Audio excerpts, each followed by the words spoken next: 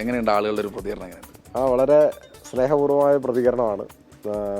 ഈ നാട് വീടെന്നൊക്കെ പറയുമ്പോഴുള്ളൊരു പ്രത്യേകത എന്ന് പറഞ്ഞാൽ എൻ്റെ ശരിക്കും ബാല്യകാലം ചെലവഴിച്ചത് വെച്ചാൽ ജനിച്ചു വളർന്ന നാടാണ് ഇപ്പോഴത്തെ പോത്തുകല്ല് പഞ്ചായത്തിൽപ്പെട്ടത്.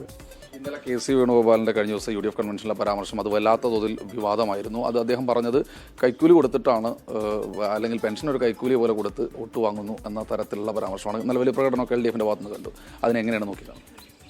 ഈ പറഞ്ഞ പരാമർശം ഞാൻ ശ്രദ്ധിച്ചിട്ടില്ല കേട്ടോ, നിങ്ങൾ പറയുമ്പോഴാണ് അറിയും. പക്ഷേ എനിക്ക് തോന്നുന്നു അത് അദ്ദേഹത്തെ മാത്രം കുറ്റം പറയണ്ട, അദ്ദേഹത്തിൻ്റെ ഒരു വ്യക്തിപരമായ പ്രശ്നമൊന്നും ആയിരിക്കില്ല. അത് കോൺഗ്രസിന് അങ്ങനെ ഒരു സമീപനം ഉണ്ടായിരുന്നു. പക്ഷേ അധികം കോൺഗ്രസിൻ്റെ നേതാക്കന്മാർ ഇപ്പോൾ അങ്ങനെ പറയുന്നില്ല. ഇദ്ദേഹം പക്ഷേ ഇപ്പോഴും അങ്ങനെ പറഞ്ഞു. അങ്ങനെ വേണം കരുതാൻ. ഞാൻ ഉദ്ദേശിച്ചത് നമ്മുടെ രാജ്യത്ത് ആദ്യമായിട്ട് കർഷക തൊഴിലാളികൾക്ക് പെൻഷൻ കൊടുത്ത നാട് നമ്മുടെ നാടാണ്, കേരളമാണ്. അപ്പോഴാണ് കർഷക തൊഴിലാളിക്ക് പെൻഷനോ? ഇതൊരു വലിയ ആശ്ചര്യജനകമായ ചോദ്യമായിരുന്നു. അന്ന് കോൺഗ്രസ് തന്നെ എതിർത്തു, അതിശക്തമായിട്ട് എതിർത്തു എന്ന് മാത്രമല്ല സമരം ചെയ്തു. അവർ പറഞ്ഞത് കർഷക തൊഴിലാളിക്ക് പെൻഷൻ്റെ ആവശ്യമില്ല, അങ്ങനെ പെൻഷൻ കൊടുത്താൽ അവർ കള്ളു കുടിക്കും. ഇതായിരുന്നു. നമുക്കിപ്പോൾ അത്ഭുതമായിട്ട് തോന്നും, വിചിത്രമായി തോന്നും.